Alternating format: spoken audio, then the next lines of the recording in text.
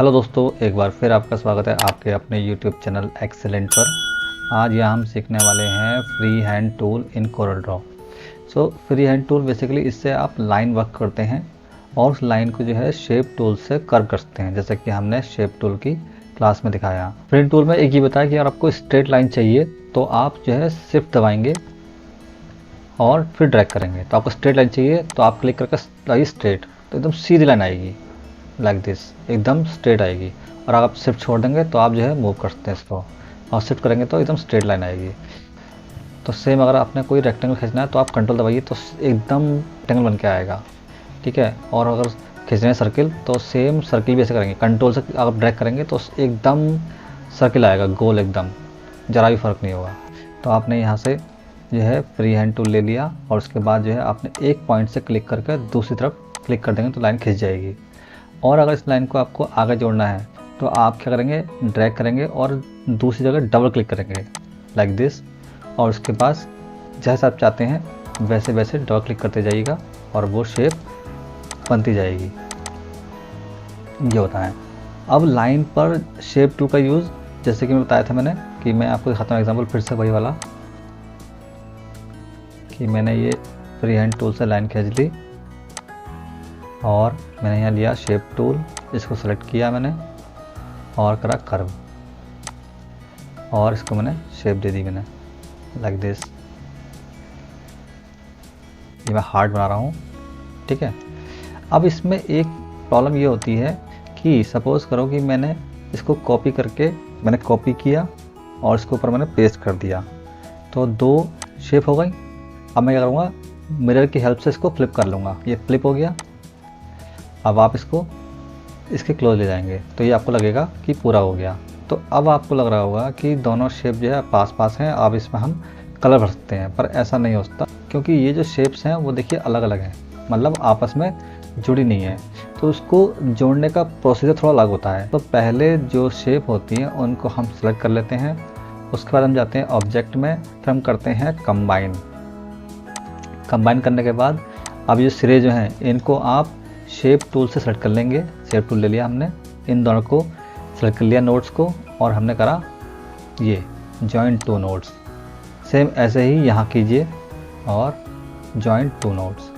अब देखिए क्योंकि मैं कलर की कमांड पहले दे चुका था इसलिए वो फिल हो गया। अब यहाँ से आप कोई भी कलर भर सकते हैं। तो फ्री हैंड टूल में क्या है कि आपको जोड़ने के लिए ये वाला प्रोसीजर फॉलो करना पड़ेगा, पहले कंबाइन और फिर शेप टूल से दोनों नोड को सेलेक्ट करके ज्वाइन कर लीजिए। इसके अलावा जब आप कोई शेप देते हैं, फॉर एग्जांपल मैंने एक शेप दी ये, तो अगर सपोज करो कि मुझे इसको ना कर्व करना है, ठीक है, तो मैं क्या करूँगा, मैंने शेप टूल लिया, दोनों को सेलेक्ट किया और कर्व कर दिया।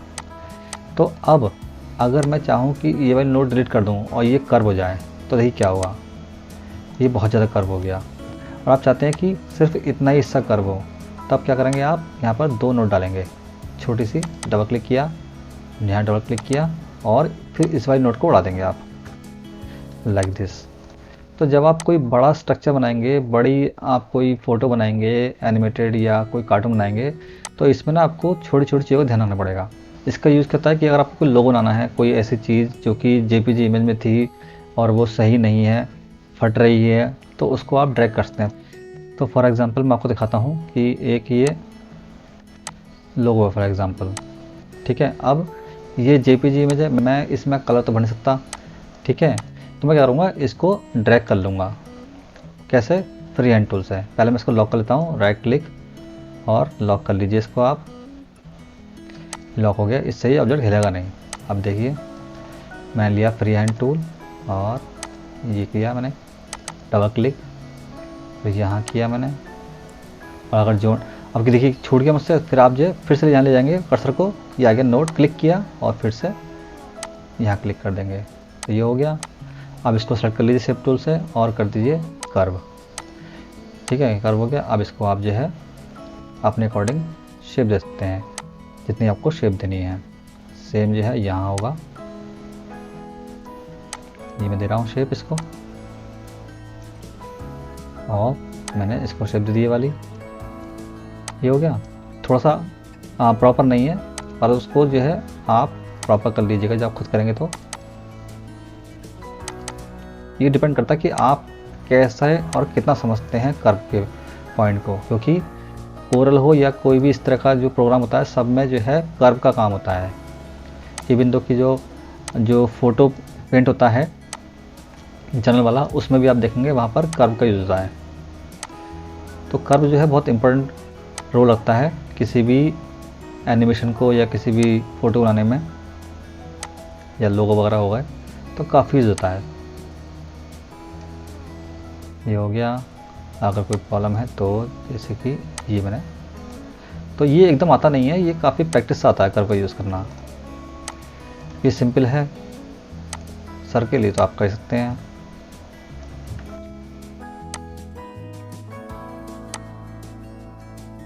तो ये हो गया। अब देखिए, इसको मैंने ब्लैक कर दिया, इसको मैंने ब्लैक कर दिया, इसको मैंने ब्लू कर दिया। अब ये जो है इधर आ गया और ये बन गया। ठीक है। साथ ही अगर मैंने कोई ये लाइन खींची है, ठीक है, इसकी अगर आपको मोटाई बढ़ानी है तो यहाँ से आप बढ़ा सकते हैं। ये हैगा हेयर लाइन 1 पॉइंट, उसके अलावा 3 पॉइंट या फिर 4 पॉइंट, जो भी आप चाहते हैं वो रख सकते हैं। उसके अलावा यहाँ पर क्या है, स्टाइल है कि आप जो स्टाइल देना चाहते हैं। अभी क्योंकि बड़ी है तो इसलिए हमें ज़्यादा माननी पड़ेगा, मैं थोड़ा इसको छोटा कर देता हूँ मैं। ये गया। अब देखिए डॉटेड लाइन हो गई, या फिर जिस टाइप की आप चाहते हैं लाइन वो दे सकते हैं। यहाँ पर उसके नोट्स हैं कि इधर आप चाहते हैं कोई एरो लग जाए या इधर चाहते हैं कुछ इस तरह लग जाए, तो इस तरह से आप एरो बना सकते हैं। ये हो गया। तो इस तरह से आप कोई भी लोगो डिज़ाइन कर सकते हैं। बस आपको जो है कर्व करना आना चाहिए, कितना कर्व करना है, कहाँ से करना है, ये सब आपको प्रैक्टिस से ही आएगा। नेक्स्ट चलते हैं हम रेक्टेंगल पे। रेक्टेंगल बेसिकली हमने सपोज करो कि इसमें कोई कलर भर दिया, ठीक है। अब इसमें भी आप देख लीजिए आउटलाइन का, जो अभी हमने लाइन के बारे में पढ़ा वैसे ही लाइन यहाँ भी है, देखिए, ठीक है। तो इस लाइन को भी अगर हमें चेंज करना है तो आप यहाँ चेंज कर सकते हैं, लाइक दिस, कोई भी आपको देना है, ठीक है। और शेप टूल से जो है हम इसको कर्व कर सकते हैं, लाइक दिस, ठीक है। साथ ही एक शॉर्टकट होती है F12। F12 करेंगे तो देखिए क्या होगा कि जो इसके कॉर्नर हैं वो जो है सर्कल हो जाएंगे, लाइक दिस, कि हमें इसका ऐसा चाहिए कॉर्नर या फिर किस तरह चाहिए, तो हम इस तरह से सेलेक्ट कर सकते हैं। यहाँ पर ये लाइन जो इसकी आउटलाइन है वो कितनी बड़ी करनी है, ठीक है। और ये है बिहाइंड फिल। बिहाइंड फिल मतलब क्या होता है कि फॉर एग्ज़ाम्पल कि मैंने इसके अंदर कलर किया, अब क्या हुआ कि मैंने यहाँ पर जो है आउटलाइन दे दी 4 पॉइंट की। अब मैंने क्या करा कि मैं इसको छोटा कर रहा हूँ, ठीक है। अब देखिए छोटा किया मैंने तो हुआ क्या कि जो कलर था वो इसके पीछे रह गया। मतलब कि क्या है कि आउटलाइन क्या है, इसके ऊपर है। आप देखेंगे ना यहाँ पे ये कलर है, यहाँ तक कलर है, ये कलर यहाँ तक है, लेकिन क्योंकि लाइन इसके ऊपर आ रही है इसलिए छिप गया है। तो ऐसे केस में क्या कर सकते हैं कि हम F12 करेंगे और जो आउटलाइन है इसको पीछे कर देंगे हम, बिहाइंड फिल। अब देखिए तो जो लाइन थी वो इसके पीछे चली गई। साथ ही अगर मैंने कोई लाइन दी है और मैं चाह रहा हूँ कि जैसे जैसे जो है लाइन, और मैं चाह रहा हूँ कि जैसे जैसे मैं ऑब्जेक्ट छोटा करूँ वैसे वैसे लाइन छोटी जाए, तो इसके लिए हम कर देंगे बिहाइंड फिल और स्केल विद ऑब्जेक्ट। इसका मतलब क्या होगा कि ऑब्जेक्ट के साथ इसका स्केल कम ज़्यादा होगा। अब देखिए जैसे मैं छोटा करूँगा, अभी कितने पॉइंट की, 4 पॉइंट की, मैं छोटा करूँगा, आप देखना कितने हो गए, 1.618। सो इस तरह से क्या है कि रेक्टेंगल हो या कोई भी शेप हो, सबके साथ ऐसे ही होता है। तो इसके अलावा रेक्टेंगल को अब एक बार और क्लिक करेंगे तो इस तरह से ये नोड बन जाएंगे कि इसको आप जो है ड्रैग कर सकते हैं इस तरह, ठीक है। और यहाँ पे इसको स्क्यू कर सकते हैं लाइक दिस, ठीक है। और यहाँ से इसको इस तरह कर सकते हैं। तो ये आपको ऑप्शन हर जगह मिलेगा, सर्किल हो या कोई भी हो तो इस सब जगह मिलेगा आपको।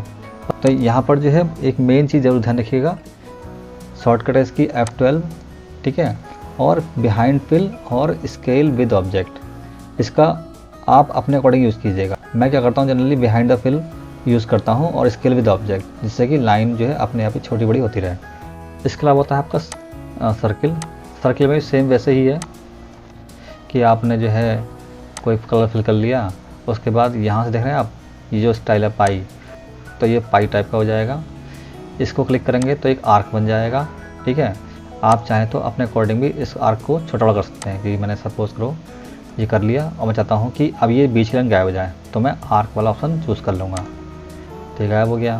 फिर मैं चाह रहा हूँ कि इतना आर्क बन जाए, ठीक है, यहाँ से लाइन गायब हो जाए, तो इसे क्लिक कर दीजिए। तो इस तरीके से जो है आप शेप बना सकते हैं लाइक दिस। सेम ऑप्शन इसमें भी है, जैसे बताया था हमने स्क्यू का या राउंड का।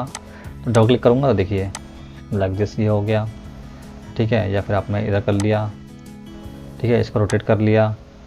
तो इसका उपयोग काफ़ी आएगा इलिप्स बनाने में, या फिर आप स्टार्टिंग से ही इलिप्स बना सकते हैं लाइक दिस, ठीक है, ये हो गया।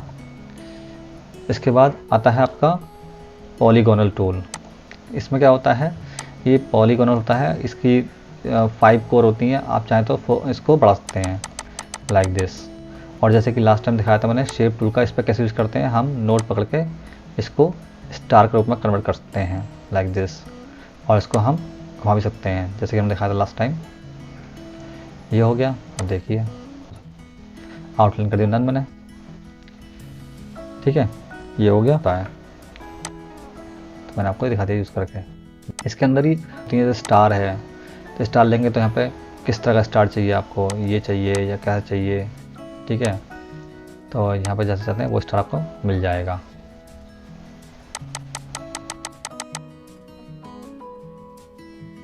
इसके अलावा यहाँ पर स्पाइरल है, ठीक है, इसको इस तरह से आप जिस तरह काम चाहते हैं वैसे काम ले सकते हैं। ये लाइन आप जैसा चाहते हैं वैसे कर सकते हैं। इसके अलावा और भी चीज़ हैं, कॉमन शेप वगैरह, ठीक है। कॉमन शेप में क्या होगा कि यहाँ जब आएंगे तो जो कॉमन शेप्स होती हैं वो आपको यहाँ मिल जाएंगी, कि स्माइली है या कुछ और है, वो आप यहाँ से ड्रैग कर सकते हैं। तो इस तरह से आप बना सकते हैं। जो आप देते हैं ना कभी कभी बम्पर ऑफर टाइप का, वो आप यहाँ से ले सकते हैं। तो आज क्लास में इतना ही, मिलते हैं नेक्स्ट वीडियो में। अगर वीडियो पसंद आई तो वीडियो को लाइक कीजिए और चैनल को सब्सक्राइब कीजिए। मिलते हैं नेक्स्ट वीडियो में, सी यू सून, बाय।